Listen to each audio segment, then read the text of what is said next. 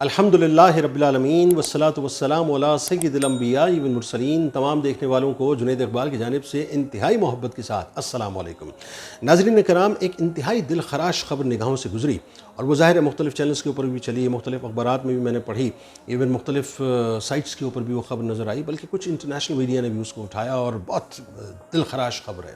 یعنی اس خبر کو دیکھنے کے بعد، اس کو پڑھنے کے بعد میں انگشت بدندہ رہ گیا کہ ایسا بھی اب اس سوسائٹی میں ہونے لگا ہے، تو پتہ ہی چلا ایسا بھی اس سوسائٹی کے اندر ہو رہا ہے۔ خبر یہ ہے کہ 22 فروری 2023 کو کراچی کے علاقے گلستان جوہر میں ایک باپ نے فجر کی نماز ادا نہ کرنے کی وجہ سے اپنے نوجوان بیٹے کو، جس کی عمر 24 برس تھی، ہتھوڑے مار مار کے قتل کر دیا۔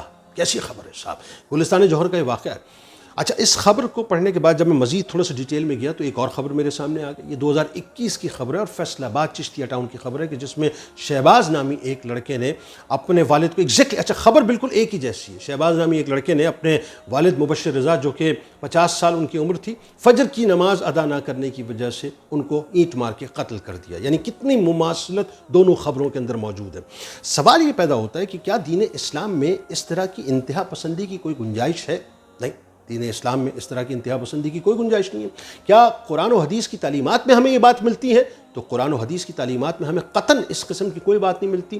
کیا رسول کریم صلی اللہ علیہ وآلہ وسلم کے اسوہ حسنہ میں معاذ اللہ ہمیں اس طرح کی کوئی بات ملتی ہے، کوئی واقعہ ملتا ہے؟ تو سرکار مدینہ صلی اللہ علیہ وآلہ وسلم کے اسوہ میں تو ہمیں مٹھاس پیار کے علاوہ دوسری کوئی بات ہی نہیں ملتی صاحب۔ اور بچوں کے ساتھ جو آپ شفقت فرمایا کرتے تھے، میں آگے جا کے آپ کو بتلاتا ہوں، تو ایسی کوئی بات بھی ہمیں نظر نہیں آتی۔ تو ہوا کیا یہ بنیادی طور پہ؟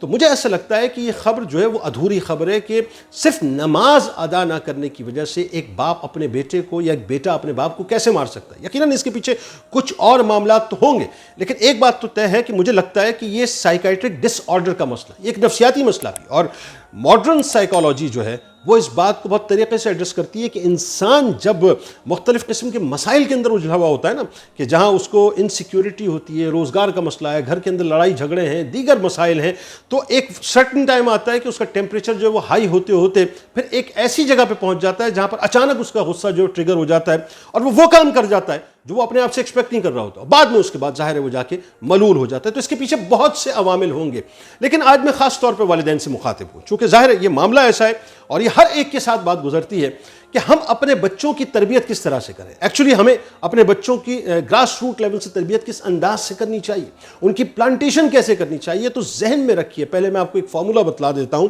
کہ آپ کو جو کچھ بھی دیکھنا اور سمجھنا ہے وہ رسول کریم صلی اللہ علیہ وآلہ وسلم کی حیات طیبہ سے ہی آپ کو ملے گا۔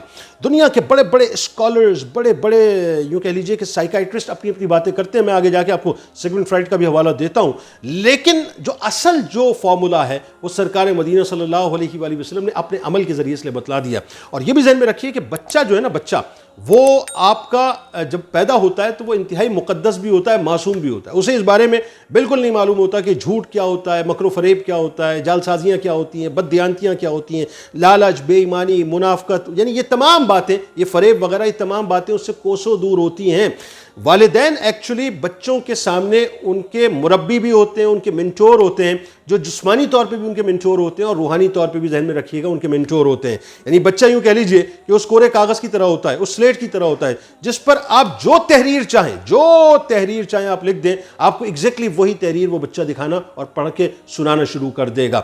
اچھا، جہاں والدین یہ چاہتے ہیں کہ ہمارا بچہ جو ہے جسمانی طور پہ بہت مضبوط ہو اور اس کے لیے ظاہر ہے وہ اس کو تندرست دیکھنا چاہتے ہیں، اس کے لیے محنت بھی کرتے ہیں، تو ذہن میں رکھیے گا یہ والدین کی بدرجہ اولا ذمہ داری ہے کہ بچوں کو روحانی طور پہ بھی مضبوط کریں، ان کو تربیت کے اعتبار سے بھی مضبوط کریں، ان کو علم سکھائیں، ان کو ادب سکھائیں اور ان کو شفقت کے ساتھ ہر بات سمجھائیں، محبت کے ساتھ۔ چیخنا چلانا نہیں ہے اپنے بچوں کے اوپر۔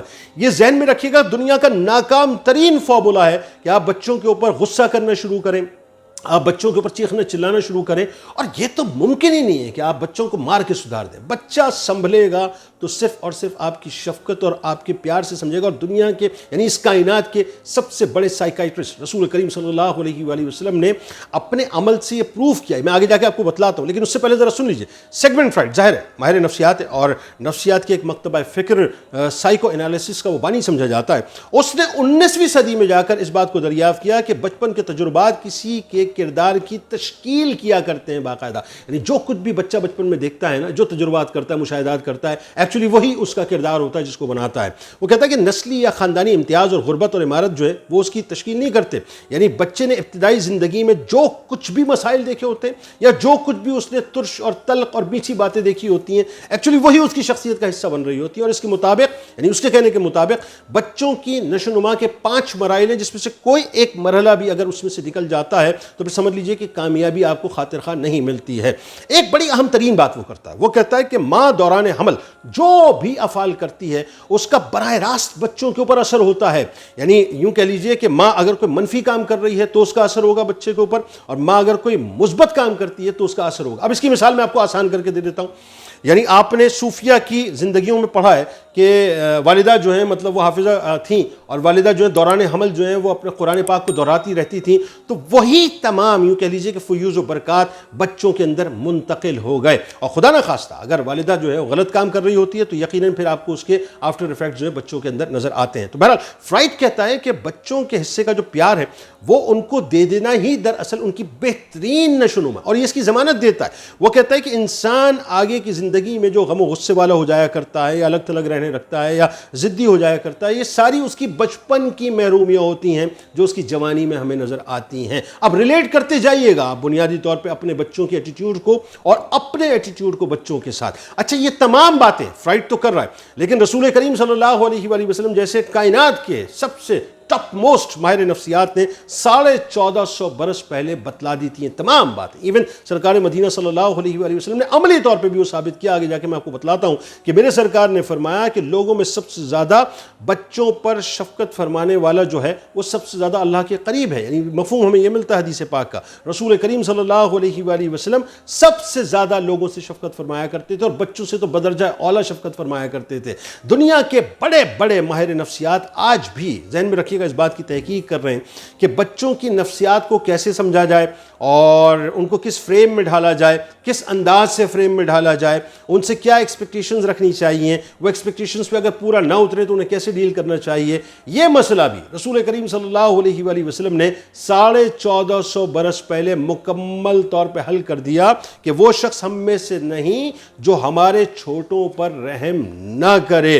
یعنی سرکار نے جو پہلا فارمولا بتلایا ہے اور ڈس اون کر کے بتلایا ہے، یعنی وہ ہم میں سے نہیں ہے جو چھوٹوں پر شفقت نہیں کرتا. اس کا مطلب یہ ہے کہ چھوٹوں پر شفقت آپ نے کرنی ہی کرنی ہے، اس میں کوئی دوسری رائے نہیں ہے. یعنی یہ جو محبت ہے، یہ جو حسن سلوک ہے، بنیادی طور پہ یہی وہ مٹیریل ہے جو سرکار مدینہ صلی اللہ علیہ وآلہ وسلم فرما رہے ہیں کہ جس سے آپ بچوں کی شخصیت کی تعمیرات باقاعدہ کر سکتے ہیں. یعنی بچوں کو اپنی شفقت سے بنیادی طور پہ موٹیویٹ کیجیے. اب اس کی ایک مثال آپ کو دیتا ہوں. حضرت انس رضی اللہ تعالیٰ عنہ بیان کرتے ہیں حضور نبی کریم صلی اللہ علیہ وآلہ وسلم انصار کے پاس تشریف لے جایا کرتے تھے اور ان کے بچوں کو جا کر سلام کیا کرتے تھے. اب ذہن میں رکھیے، انصار کے بچے سرکار خود تشریف لے جاتے تھے، ان کے بچوں کو جا کر سلام کیا کرتے تھے، ان کے سر پر اپنے دستے شفقت کو پھیرا کرتے تھے اور پھر ان کے لیے دعائیں کیا کرتے تھے. یعنی یہ وہ عمل ہے جس سے ہر بچہ ہر صورت میں آپ صلی اللہ علیہ وآلہ وسلم کی محبت میں گرفتار ہو جایا کرتا تھا. آج ہمارے یہاں کیا ہوتا ہے، بچہ آتا ہے تو ہم ایکسپیکٹ کرتے ہیں کہ وہ ہمیں ادب میں پہلے سلام کرے. اچھی بات ہے، لیکن آپ کو آگے بڑھ کے اس کی محبت کو جیتنا ہے، اس کو کیچ کرنا ہے. تو آپ آگے بڑھ کے اس کو سلام کیجئے، اس کے سر پہ ہاتھ پھیریے، اسے اپنا لمس دیجئے، اسے اپنی باہوں میں سمیٹیے. آٹومیٹکلی آپ کا اس سے وہ تعلق ہو جائے گا کہ پھر جو آپ بات کہیں گے وہ بات اس کو سمجھ میں آنا شروع ہو جائے گی. رسول اللہ صلی اللہ علیہ وآلہ وسلم کا یہ بھی معمول تھا کہ جب کسی موسم کا پھل آیا کرتا تھا تو آپ شہر مدینہ اور اس کے پھلوں کے لیے برکت کی دعائیں کرتے تھے، اور بچوں میں جو سب سے زیادہ چھوٹا بچہ ہوتا تھا آپ باقاعدہ اسے پھل عطا فرمایا کرتے تھے. یعنی سرکار علیہ السلام بچپن ہی سے بچوں کو اپنے ساتھ انگیج کیا کرتے تھے. حضرت عبداللہ بن حارث رضی اللہ تعالیٰ عنہ فرماتے ہیں رسول کریم صلی اللہ علیہ وآلہ وسلم حضرت عبداللہ، عبید اللہ اور حضرت عباس رضی اللہ تعالیٰ عنہ کے دیگر صاحبزادگان کو ایک صف میں کھڑا کرتے اور فرماتے کہ جو میرے پاس سب سے پہلے آئے گا اسے یہ ملے گا. یعنی سرکار علیہ السلام بنیادی طور پہ ان کو موٹیویٹ کیا کرتے تھے اچھے کام کے لیے. چنانچہ سب دوڑ کر سرکار مدینہ صلی اللہ علیہ وآلہ وسلم کے پاس آتے، کوئی پشت پہ گرتا تھا، کوئی سینے مبارک پر آ کے گرتا تھا، حضور نبی کریم صلی اللہ علیہ وآلہ وسلم انہیں پیار بھی کیا کرتے تھے اور اپنے جسم اتھر کے ساتھ بھی ان کو لگایا کرتے تھے، یعنی اپنا لمس ان کو دیا کرتے تھے۔ اسی طرح سے آپ کے ذہن میں ہے کہ جب سرکار مدینہ صلی اللہ علیہ وآلہ وسلم نماز ادا کرتے اور سجدے میں ہوتے تو حسن حسین علیہ السلام جو ہیں باقاعدہ آپ کی پشت مبارک پر آ کر بیٹھ جایا کرتے تھے اور آپ اپنے سجدوں کو طویل کر لیا کرتے تھے۔ بلکہ کبھی یہ بھی ہوتا تھا کہ امامت کراتے ہوئے حالت نماز میں حضرت امامہ رضی اللہ تعالیٰ عنہ جو آپ کی نواسی ہیں، مطلب آپ کی نواسی کو آپ اٹھا لیا کرتے تھے۔ یعنی جب بھی سرکار مدینہ صلی اللہ علیہ وآلہ وسلم کو دیکھا گیا تو اسی طرح دیکھا گیا کہ وہ حسنین کریمین پہ شفقت فرماتے تھے، وہ حضرت امامہ رضی اللہ تعالیٰ عنہ پہ شفقت فرماتے تھے۔ یہ حضور نبی کریم صلی اللہ علیہ وآلہ وسلم کی مبارک ہستی ہے، یعنی آپ کی بارگاہ میں اگر کسی نومولود بچے کو لایا جاتا تھا تو آپ اس کو برکت کی دعائیں دیا کرتے تھے۔ یعنی اگر بچے کھانا نہیں کھاتے تو صحابیات آپ کی بارگاہ میں لے کے آتی تھیں، آپ ان کو شفقت سے سمجھاتے تھے، پیار کرتے تھے اور پھر ان کو موٹیویٹ کرتے تھے کہ کھانا کھانا چاہیے۔ اب ذہن میں رکھیے رسول کریم صلی اللہ علیہ وآلہ وسلم کا طریق کیا تھا۔ یعنی میں آپ کو بتاؤں کہ حضرت عمر بن ابی سلمہ رضی اللہ تعالیٰ عنہ، حضرت ابو سلمہ رضی اللہ تعالیٰ عنہ کے صاحبزادے، وہ رسول کریم صلی اللہ علیہ وآلہ وسلم کے ساتھ بیٹھ کے کھانا تناول فرما رہے تھے۔ اچھا، وہ کبھی ان کا ہاتھ پلیٹ میں اس طرف جاتا، کبھی اس طرف جاتا، تو سرکار مدینہ صلی اللہ علیہ وآلہ وسلم کے سمجھانے کا اور موٹیویٹ کرنے کا طریقہ دیکھیے۔ ہمارے یہاں تو کیا ہوتا ہے، اگر کوئی پلیٹ میں بچہ کچھ کر رہا ہو، ہاں نہیں ایسے نہیں، یوں نہیں، یوں نہیں، یوں نہیں، یعنی ہم ڈانٹ ڈپٹ شروع کر دیتے ہیں نا۔ سرکار علیہ السلام نے بہت پیار سے فرمایا کہ اے عمر، کھانا کھانے سے پہلے اللہ کا نام لے لیا کرو اور دائیں ہاتھ سے کھایا کرو اور اپنی ہی طرف سے، یعنی پلیٹ جو تمہاری ہے اس میں اپنی ہی طرف سے کھایا کرو۔ حضرت عمر بن ابی سلمہ رضی اللہ تعالیٰ عنہ فرماتے ہیں کہ اس دن کے بعد سے کبھی ایسا نہیں ہوا کہ میں نے سرکار علیہ السلام کی اس بات کو فراموش کر دیا ہو۔ اسی طرح سے حضرت انس رضی اللہ تعالیٰ عنہ سرکار مدینہ صلی اللہ علیہ وآلہ وسلم کی چاکری میں، غلامی میں 10 برس تک رہے، فرماتے ہیں کہ نبی کریم صلی اللہ علیہ وآلہ وسلم نے کبھی مجھ سے اف تک نہیں کیا، اف تک نہیں کیا، ایون یہاں تک نہیں کہ یہ کام کیوں نہیں کیا اور یہ کام کیوں کیا۔ حضرت زید بن حارثہ رضی اللہ تعالیٰ عنہ، آپ دیکھیں نا، یعنی اپنے والد کو چھوڑ دیا انہوں نے، اس آزادی کو چھوڑ کر سرکار علیہ السلام کی محبت کی وجہ سے، ان کے عشق کی وجہ سے ان کی غلامی کو قبول کیا۔ حضرت اسامہ رضی اللہ تعالیٰ عنہ کے ساتھ سرکار کا کیا پیار تھا۔ تو سرکار علیہ السلام نے ایکچولی بتایا کہ بچوں کی جو گروتھ ہے، جو نشو و نما ہے، وہ صرف اور صرف ایک ہی پانی سے ہو سکتی ہے اور وہ ہے محبت کا پانی۔